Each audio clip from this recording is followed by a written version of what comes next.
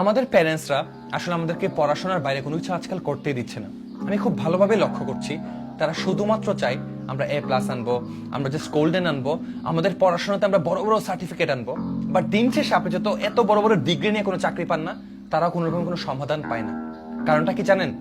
আপনি আপনার লাইফটাকে একটা পেপারের মধ্যে সীমাবদ্ধ করতেছেন। এই তো আমি একটা ছেলেকে চিনি, তার ক্যাপাবিলিটি, তার পসিবিলিটি তার লাইফের মধ্যে অনেক বেশি, ওর মধ্যে অনেক বেশি ট্যালেন্ট। আর তার মা বাবা চায় সে হচ্ছে IELTS দিয়ে বিদেশ চলে যাবে, বিদেশে গিয়ে কোনো 9 to 5 কোনো একটা রেস্টুরেন্টে কাজ করবে। এন্ড তার মা বাবা নাকি এটাতেই খুশি। বাট ছেলে চায় না ছেলে বিদেশে গিয়ে এইসব জিনিসপত্রগুলো করবে। বাট তার বাবা চাই সে শুধুমাত্র এই জিনিসটাই করবে।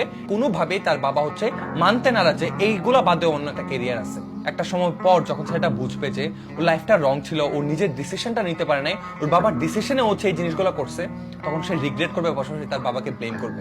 তখন আর কোনো কিছু করারই থাকবে না লাইফে, হতাশা ছাড়া। আমরা আমাদের লাইফের সঠিক ডিসিশনগুলো নেই না, আমরা আমাদের মা বাবার উপর ছেড়ে দেই যে আমার মা বাবা চাই আমি ডক্টর হতে। ওকে, আমি কি হতে চাই?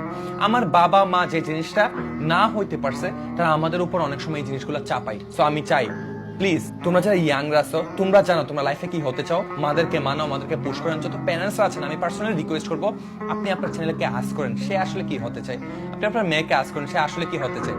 আপনি যা চাচ্ছেন, আপনি যে জিনিসগুলো করতে পারেন নাই তা তার উপর চাপাই দিয়ে তার লাইফটা শেষ করার কোনো মানে হয় না।